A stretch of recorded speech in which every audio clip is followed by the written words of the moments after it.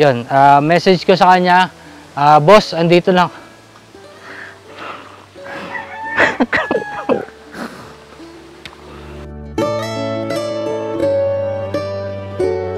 Pero nakikita ko kay Daddy Frankie talagang totoo yung pagtulong. Kasi wala nga siyang pake, katulad na sinabi ni Garisky na. Wala talaga siyang pake kung mag-viral man o hindi. Kahit magkano iabot niya doon, basta pag naawa talaga siya at karapat-dapat talaga naming tulungan. Talaga magbibigay talaga siya. Yung mga ayaw ko talaga is, mabait siya sa harap ng camera. O, sa lahat ng mga trabahong napasukan ko, sa kanya lang ako umiyak. O, napayak niya ako.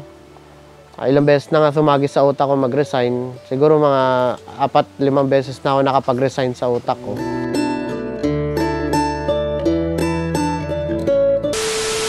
Ako po pala si Marites Castro. 53 years old. Mga 1 month pa lang po ako dito kay Daddy Frankie. Nakilala po niya ako doon nun. Pero sila pinasyalan doon sa may mangga, sa may estate land. Kinulit-kulit ko po siya para bumili ng gulay ko kasi wala pa akong benta. Nag-apply po ako sa kanya bilang kasambahay.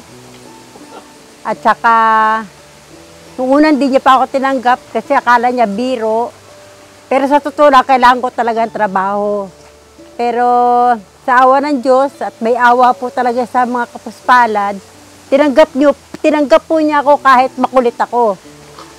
Ganun po talaga ako desperada na maharap yung bahay nila rito. Hinarap ko po siya magmula po doon sa may amin hanggang dito.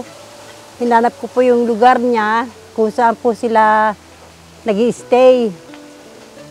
Kahit umulan, talagang pinuntahan ko po siya rito. Habang naglalako po ako ng gulay, pinuntahan ko siya para lang makapag-apply ako sa kanya. Yung po si Daddy po, napakabuting tao po niya kasi di lang naman po akong tinulungan niya. Marami po talaga siyang tinulungan ng mga mas kapuspalad pa kaysa sa akin. Pero meron po siyang gininto ang puso na talagang tumutulong sa kapwa ko mahirap. Sa akin naman po, kaya po ako napunta rito, nakulitan po siya sa akin. Nakamakapasok ko rito sa kanilang team. Yan po.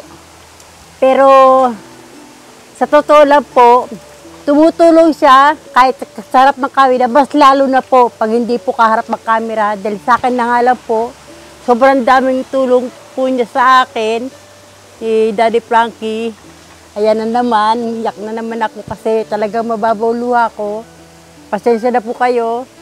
Talagang ganito po talaga siguro kung may pagkalaganon na rin. Talagang saludo po talaga ako sa kanya kasi hindi lang po sa harap ng camera siya tumutulong kahit hindi po siya sa camera. Tumutulong po talaga sa akin at sa ibang taong nangangailangan ng tulong. Yan lang po ang masasabi ko. Sana po ang hinahangad ko lang po, hindi po siya magkasakit, maging maayos po ang kanyang pangatawan, ganun na rin po sa pamilya niya. At sa mga kasamahan ko po sa Team Daddy Frankie, maraming salamat sa inyo kasi full support kay Daddy at sa akin. Kahit nag-iisang babae ako rito, ginagalang niyo pa rin ako bilang nanay ninyo. Ay! Yun nga pa sinasabi ko eh. Yan po, maraming salamat kay Daddy Frankie. At saka syempre kay Boss JB. Sa mga kasamahan ko dito sa Team Daddy Frankie, kay Kuya Sam, Yuri, kay Rab, at syempre kay Kuya Rizky. Maraming thank you sa lahat po ng mga suporta nila sa akin. At syempre, wala rin po si Nancy, wala rin siguro ko dito. Nagkataon po talaga na nung nag-apply ako, meron talaga para ginawa ang Panginoon na tanggapin ako ni Daddy Frankie dahil nandito po si Nancy. Si Nancy po, napakahalaga po talaga sa akin. Kahit ganyan po siya, napakabait po talaga niya sa akin. Sa amin po lahat, mabait po talaga siya yan. At syempre guys, ako po may 8 anak. Yan, di po ako sa inyo nagsikuling. Walo po yung anak ko, yung 4 po nasa probinsya. Nag-aaral, tapos yung 4 po nandito.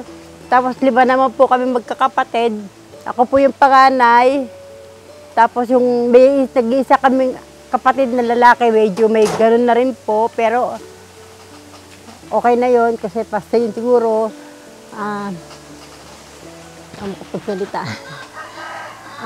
Isa lang po masabi ko kasi po, ako po kahit po ganito ako, hindi naman po ako talaga totally na mabait at hindi rin po ako salbahe. Pero marunong po ako makisama, bata nung matanda. Wala pa po akong nakakaaway, pero baka sakali ngayon pa lang. Charot. Yan, magpapasalamat po muna ako kay Daddy Frankie. Maraming salamat, Daddy Frankie, sa tulong mo. Sa tulong po ninyong mag-asawa sa akin, siyempre. Kahit paano tinanggap niyo ako, kahit may pagka-makulit ako, may ano po ako rito. Malakas ang boses, pasensya na kayo lahat sa akin. Ganito na siguro tumatanda. Pero malapit po sila sa akin talaga. At siyempre po, ako po, kahit ganito ako, pangit man ako sa inyong paningin, pero nakatatlong asawa na po ako. Yan, joke, charot. Hindi po totoo po yun, kasi yung una ko asawa na tigbak, pangalawa ganun din. At siyempre may anak ako sa pangalawa ko, yun po yun nasa probinsya, na nag-aaral.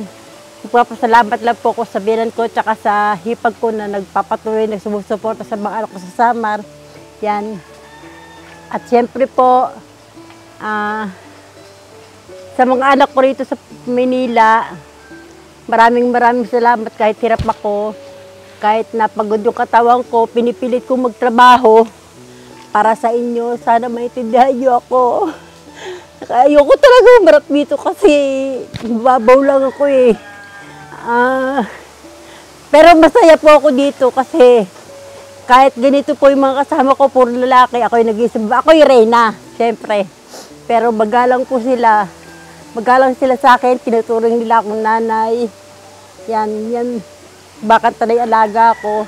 At siyempre guys, maraming salamat po sa sumusuporta po ng Daddy Frankie at saka yung nakakakilala na po sa akin. Salamat po sa inyo ng marami. Sa buong team, maraming salamat sa suporta niyo po. At siyempre po sa aking sarili, sana lumaba pa buhay ko kahit may nararamdaman ako. Tinanggap pa rin ako ni Daddy Frankie rito kahit na may sakit tayo. Yan. Pero wag lang yung akit talaga ng bundok kasi gugulong po ako pababa. Yan po. Yan. At siyempre po, masaya talaga kasi magpapasko na. Namimigay na po yung mga tao ng mga regalo. At siyempre guys, maraming salamat po sa suporta ninyo sa team namin ni Nancy. Yan po, maraming salamat at maraming salamat po talaga kay Daddy Frankie kasi siya po talaga ang tumanggap sa akin ng taos puso, walang salita. Tinanggap po niya ako dito at sa team ng Daddy Frankie po. Yan po guys, yung mga anak ko po sa Samar, 4 po sila na nag-aaral. Yung anak ko naman po rito sa Maynila, sa totoo lang po, sabihin ko po sa inyo totoo, mas hirap pa kami. Pero okay lang yun, nakakaraos naman po kami. Sa tulong po ng trabaho ko ni Daddy Frankie, nakakatulong po talaga ng malaki sa akin at sa aking mga anak. Yan po, yung anak ko po rito, yung 3 may asawa na. Yung isa pong lalaki, di ko na naman po alam kung nasaan na naman. Kaya ganito lang po ako ninyong tingnan. Masaya, pero pag binaliktad niyo po yung ulo ko, marami po problema. Ganun po, pero masaya ako dito dahil masaya po yung mga kasama ko. At sa tulong ni Daddy Frankie, napakabuti po niyang tao. Kahit saan po siya pumunta, kilala po siya na tumutulong sa kapwa. At siyempre po, hindi lang po sa mga taong labas, pati po sa amin dito sa shelter. Full support po si Daddy Frankie sa amin. Kaya saludo po ako sa iyo, Daddy Frankie. Maraming salamat po sa binibigay niyo sa amin. Pasensya na kayo guys, talagang hindi po ako sanay ng ganito. Ang naiintindihan ko lang po, magpasalamat ng taos puso kay Daddy Frankie at sa kasamahan ko. maraming thank you po. At syempre, unang-una sa Diyos kasi pinapahaba pa po niya yung buhay ko. Kahit meron na po akong iniinom na araw-araw na gamot. Sa tulong po ni Daddy Frankie, nakakabili na po ako ng gamot ngayon. Dati po hindi ako makabili ng gamot, pa isa-isa, 2, 3, kasi napakamahal po ng gamot ko. Kaya maraming salamat po sa Diyos. Kahit po ganito ako, may mabuti puso po talaga ang Diyos para sa akin. Kasi marami akong kasalanan, alam ko po yun. Inaamin ko po yun, hiningi ko po yun ng kapatawaran sa aking mga pagkakasala. Pero nagbabago po ako para po kahit papaano, meron po akong may pakita na kahit konti habang ako'y nabubuhay dito sa mundong babaw. Gusto ko rin po ipakita na kahit ganito ako, may mabuting kalooban din naman po ako. Yun po. At syempre po, salamat po talaga kay Daddy Frankie at kay Ma'am Rochelle. Yan, thank you po sa pagtanggap sa akin dito. At syempre, sa lahat ng mga manliligaw ko, pila kayo. Charot. Sorry na lang, nagkajowa na ako, meron na akong asawa, kaya erase na kayo. Yan, bagong taon, bagong buhay, at bagong pag-asa, bagong linis ng puso. Yan. Maraming salamat talaga, Daddy Frankie. Tinanggap niyo ako rito kahit bago pa lang ako rito.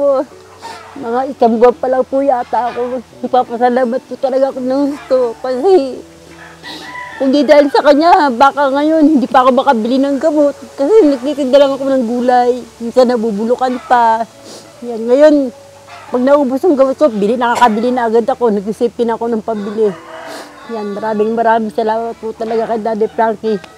Sana po lahat po ng mga nanonood, paki-follow niyo po lahat. Ang mga pina-upload po ng mga kasamahan ko.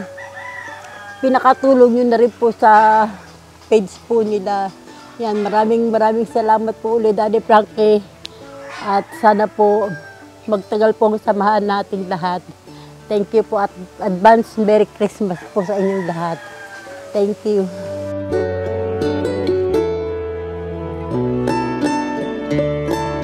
Yon, sa mapagpalang araw sa ating lahat mga kababayan. Bago ang lahat, babatiin ko po kayo ng isang maligayang Pasko sa ating lahat. Ako po si Sam Motovlog TV, Sam for short. Ako po ay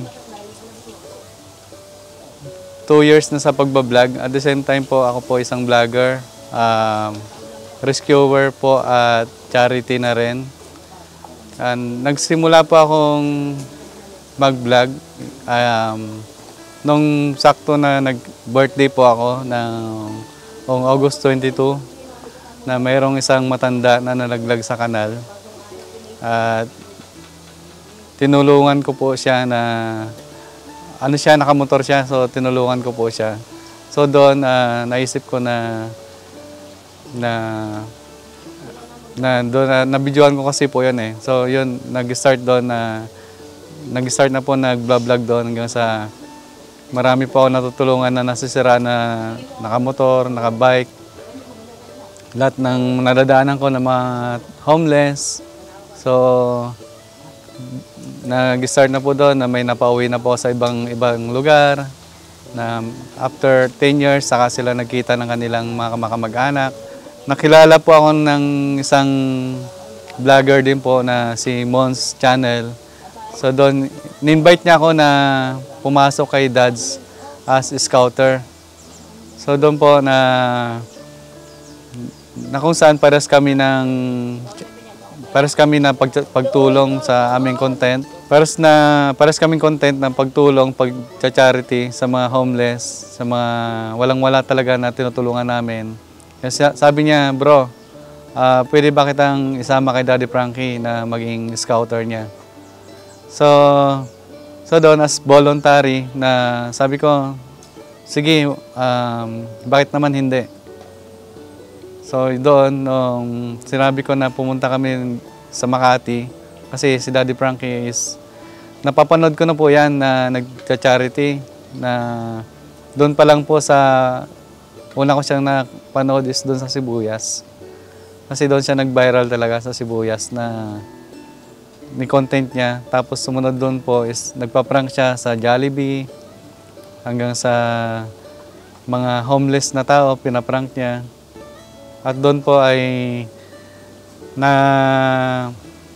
nagkaroon ako ng opportunity na maging part ng team na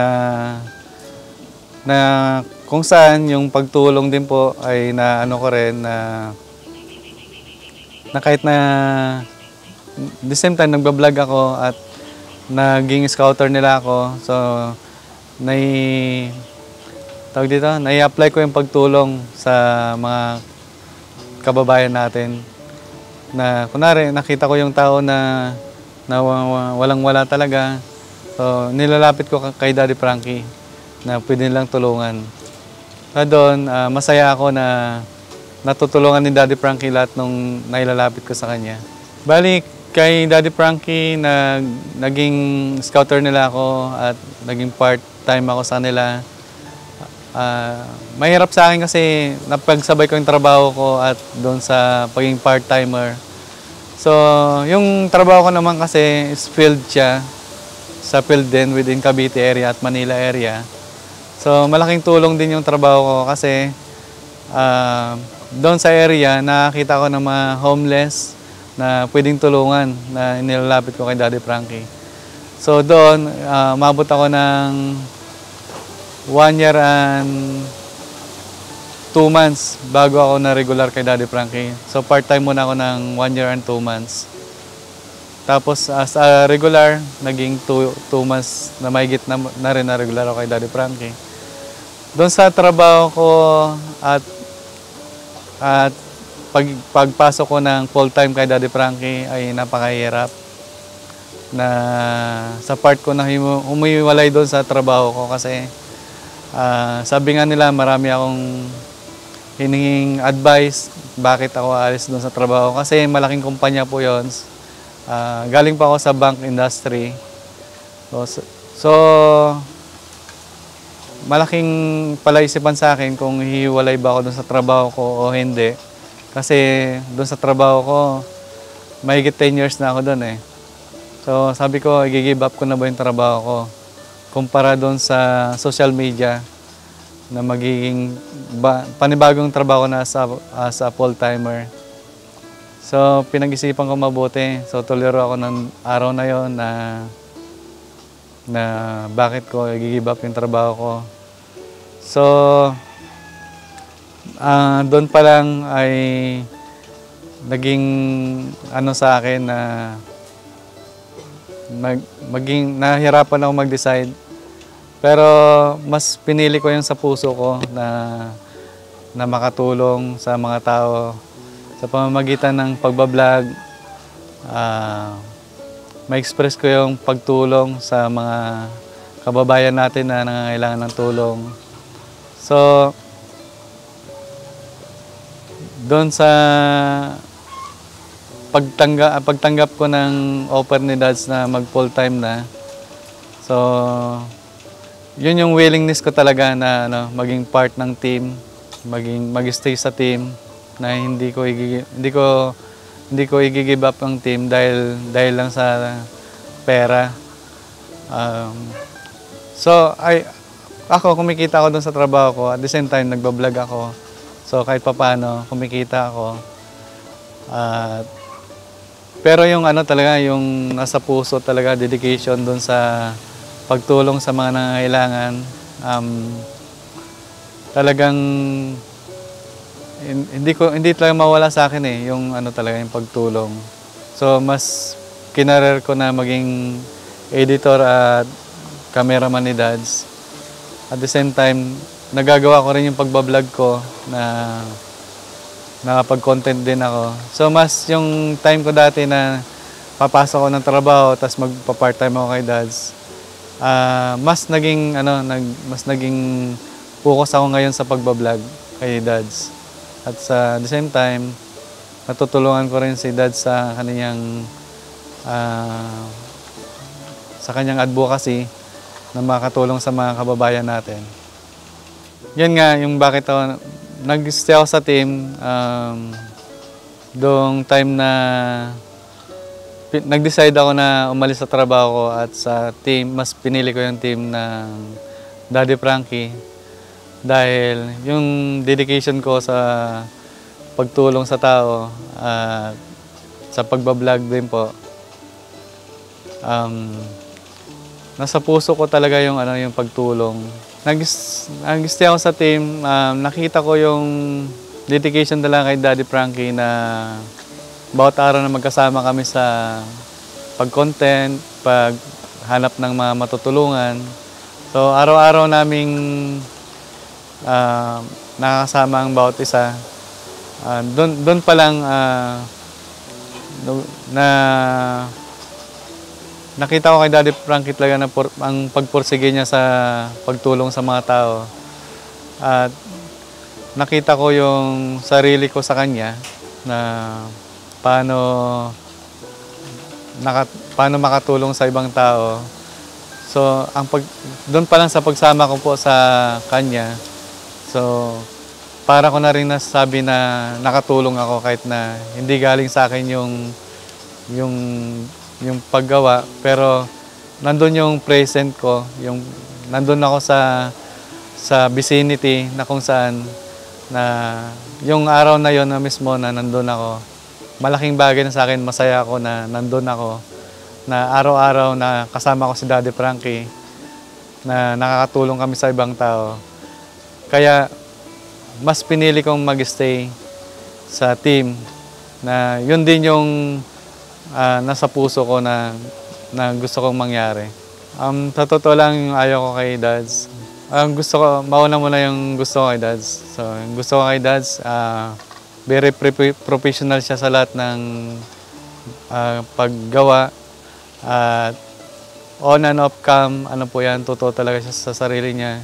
Ako pa nga yung as a cameraman niya na magugulat ka na lang na hindi lahat ng bagay na nakukuha sa harap ng camera, nakikita sa harap ng camera, on and off camera talaga, na magugulat ka na lang, bro, wag mong kuhanan yan. Kasi, hindi naman lahat ng araw, oras, na lahat na nakikita ng mga, ng mga viewers natin. Hindi lahat ng galaw natin ay nakikita. So, may maraming natutulungan si Daddy Frankie na hindi nakikita ng mga viewers natin, na which is hindi na niya pinapa-upload. Dahil sabi nga niya, sigad na lang ang patunay na talagang tumutulong tayo kahit na hindi yan nakikita ng camera. Yun yung talagang nagustuhan ko kay Daddy Frankie. Ang negative naman na ayaw ko kay Dads is at isa pa nagustuhan ko pa, isa pa na idadagdag ko kay Daddy Frankie na is ginagabayan niya kami sa lahat ng namin, sa buhay namin. Siya yung naging tatay namin dito sa trabaho, na pinapangaralan niya kami, sinasabihan niya kami na maging kami, professional, maging matured. So, yun din yung yung talagang nagustuhan ko kay Dads. Siya yung tumatayong tatay namin, na ginagabayan niya kami sa bawat pagdesisyon namin sa buhay. So ako, hindi ako perfectong tao kasi marami akong fault naging sa buhay. Talagang naging sandalan ko talaga ngayon si Daddy Frankie talaga. Sa kanya ako kumukuha ng lakas ng loob. Sa bawat na pagsubok na dumadaan sa akin, sa buhay ko, sa kanya ako kumukuha ng lakas ng loob. Siya yung naging inspirasyon ko. Kasi si Daddy Frankie,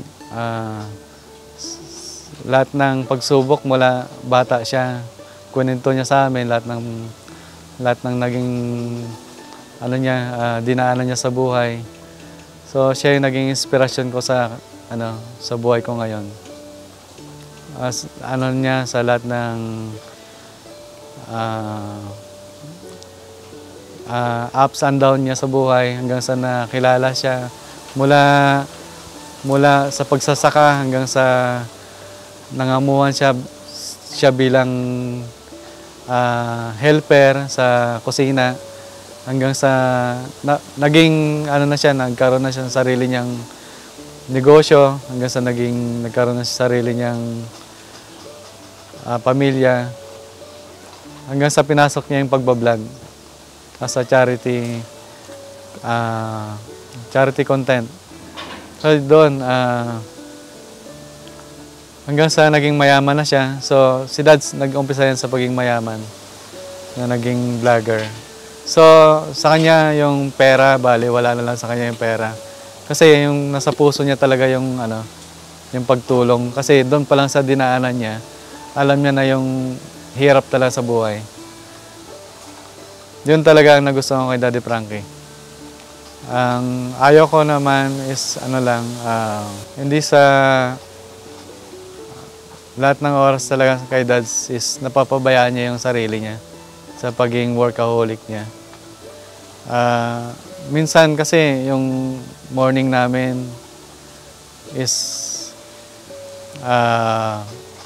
kumakain kami ng morning and then nalilipasan na siya ng gutom. Totoo yan. Nangyayari yan talaga. So, kasi yung pagiging workaholic niya, mas gusto niya talagang matapos lahat ng trabaho bago kami kumain. Hindi yung house show lang na house show na trabaho na hindi pa natapos yung parang easy go lucky na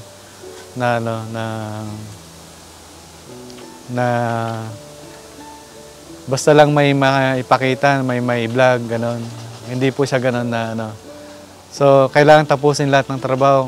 Kung nasa bundok kami, so, kailangan mo nang matapos lahat ng matulungan namin doon sa bundok bago kami bumaba. So, maraming beses yon na nangyayari. Pero, doon nakuha ko yung aral na doon sa negative side na yon, may natutunan din akong aral doon. Isa pa, idadagdag ko na rin po, yung dito sa team, nung pumasok ko sa team, from 2022 August po yan, nag-start po. July 27. So, doon pa lang po sa pagsama-sama ko kay Dads, nabibigyan kami ng opportunity na mag-upload ng ng mga video niya. So, ang laking tulong sa akin doon ng time na yon dahil hirap na hirap talaga ako doon sa trabaho namin nung before na is lang parang sapat lang siya na kumakain ka araw-araw, 3 beses ang araw. Tapos survival lang siya. Pero nung nakapasok na ako sa team Daddy Frankie, nagkaroon ako ng opportunity na maging part ng Daddy Frankie. So, nabibigyan kami ng opportunity na mag-upload sa sarili naming channel. Doon pa lang sa pag-upload namin na na malaking tulong siya. So, nakapag-start ako ng makapagpatayo ng maliit na, nung una, maliit pa lang siya ng kubo. And then, habang tumatagal ako kay Dads, and then, sabi ni Dads sa akin, bawat sahod, sabi niya, bro, hindi lahat ng oras ay sumasahod ka. Kailangan mo rin magtabi para sa future mo. Doon, malaking sa akin na napaisip ako na bakit hindi ko sundin yung sinasabi sa akin ni Dads na bawat sahod mo dapat may makita ka na sa pinagpaguran mo.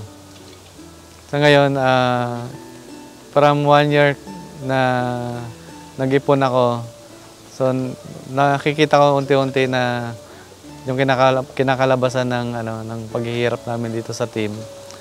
Na araw-araw naming pagod, umaga hanggang gabi sa pag-i-edit. Doon sa salary ng kinikita ko kay Dads, nakikita ko na unti-unti kong napapatay yung dream house ko. So ngayon, patapos na siya. So maraming salamat kay Dads. Dahil doon sa bawat sabi niya sa amin na mag-ipon kayo para sa future nyo. Ayun, patapos na siya ngayon. So nagpapasalamat ako kay Daddy Frankie na doon sa sinabi niya sa akin ngayon, na siya. Sabi kong bahay na siya. Mga lesson na natutunan ko na sa pag-stay sa team, araw-araw na natutunan ko kay Dads is maging focus, maging professional ka sa trabaho na ginagalawan mo ng career mo, na dapat sa puso mo lahat ng ginagawa mo. Hindi lang sa harapan ng camera, in and out, on and off na camera is kung ano nakikita sa'yo ng tao, makatalikod ka man o nakaharap ka, is maging totoo ka sa sarili mo. Na yun din yung nakikita ko kay Daddy Frankie, na tulad ng sinabi ko kanina na kahit na walang camera yan, tumutulong yan sa mga tao. Nag-aabot yan ng tulong sa mga karapat-dapat na tulungan. Ayun yung nai-apply ko sa sarili ko. Message ko kay Daddy Frankie, maraming salamat kay Daddy Frankie sa lahat ng payo niya sa amin, sa mga advice niya sa amin araw-araw. Tinanggap niya kami kahit na yung pagkukulang namin, yung wala sa amin. Kahit na hindi kami perpekto, tinatanggap niya kami na ako, nag-umpisa ako sa wala na pumasok sa pagbablog. Even though yung talent ko, hindi ako talaga talento, wala akong may pagmalaki. Kasi nagsimula ako sa zero talaga, na walang alam sa camera. So kahit na nandun yung namin, yung hindi kami yung totally na may pagmamalaki mo na editor ka, na ganito ganyan. Tinanggap niya kami na kahit na galing kami sa small piece na na wala kaming kaya idea, tinanggap pa rin niya kami. So sobrang pasalamat ko kay Dads. Ganon din sa kanyang asawa, kay Ma'am Rochelle. Kahit na wala na kaming halos time, halos si Dads, nakikita ko sa kanya, halos wala na siyang oras sa pamilya niya, na nandun pa rin yung ni Ma'am Rochelle na pag-intindi, maunawain. Lalo sa amin, minsan naging makulit na kami. Thank you kay Ma'am Rochelle dahil sa kanyang pagiging supportive. At ganon din kay Dads, maraming salamat. Magulo yung buhay ko na sakto nung kasi pumasok ko kay Dads is broken family ako at that time. Hindi ko alam yung gagawin ko, yung point na pumasok ako kay Dads na broken family ako, yung kahit sabihin ko sa inyo on and off camera na lahat ng mundo na nahiwalay ako sa asawa ko that time, tapos yung anak ko magulo dahil nahiwalay ako sa isang anak ko, na pumasok sa point na tolero talaga ako na walang-wala ako, na walang-wala ako as in, wala ako talaga sa sarili ko nung time na yon. So sabi ko na wala akong makakapitan, wala akong malalapitan. So yung time na yun na broken ako sa sarili ko, broken family ako, na broke yung family ko. Wala at wala akong masasandalan. So sabi ni Dads, nandito kami, kaya mo yan. Pinagdaanan ko na rin yan, sabi niya. Hindi lang ikaw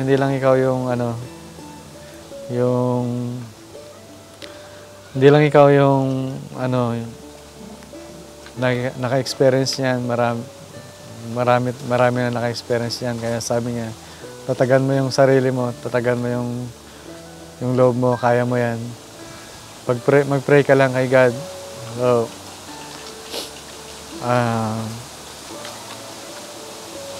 laking pasasalamat ko talaga sa team na to dahil nandyan sila, sumusuporta sa akin. Hindi nila ako pinabayaan nung time na walang-wala talaga ako. Emotionally, physically, mentally, alas mabaliw talaga ako time na yun na sabi ko, kaya ko ba to? Kaya ko pa bang? Talagang time na yun na susuko na ako sa sarili ko na sabi ko, magpapakamatay na lang ako.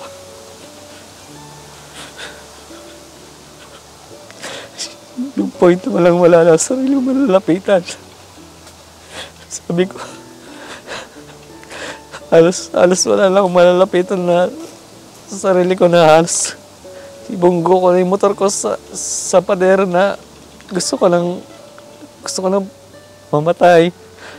Gusto ko nang yung sarili, tapusin yung sarili ko.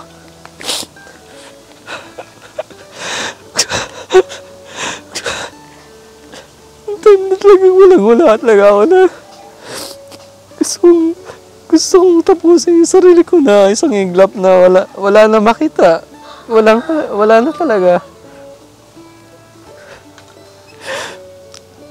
Wala talagang may sa sarili ko na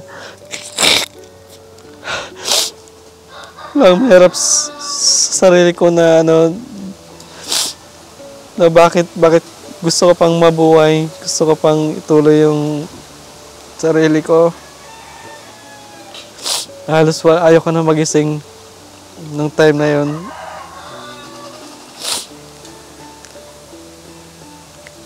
Hindi ko alam bakit gusto ko pang magpatuloy. Hanggang sa dumating yung point na sabi ni Dad sa akin na kaya mo yan. May anak ka pa, may mga anak ka pa. Doon ko na-realize na lakasan yung loob ko dahil sa mga anak ko. Bata ka pa, sabi niya.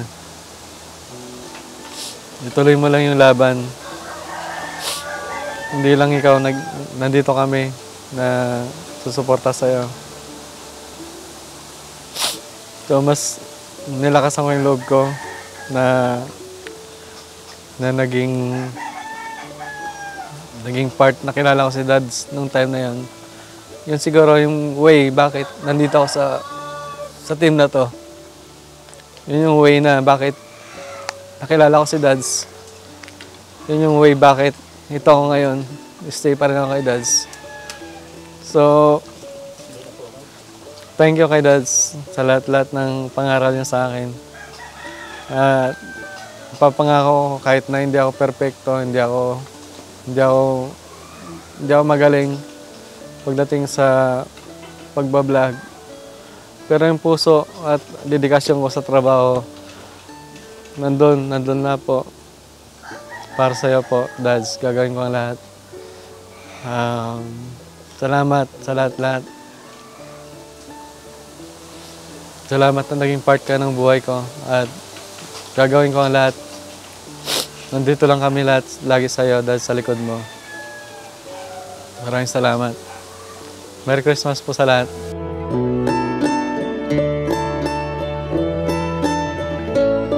Pero sa araw na ito mga kababayan, dahil gaya na aking sinabi, sa malalayong lugar, nakakatulong po tayo.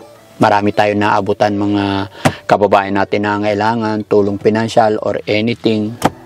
Pero sa araw na ito mga kababayan, dahil Pasko, dahil Christmas, ang aking team naman ang susurpresahin ko mga kababayan. Kaya samahan nyo ko mga kababayan. Kung hindi kayo naging matyaga, gaya ni Rab, kung hindi siya naging matyaga, in 9 months time, halos umiyak na siya minsan pag nagkakamali, pag nagalit ako. Wala. Eh, naging matyaga siya. Happy? Happy naman. Okay. 2, 4, 6, 8, 10, 12, 14.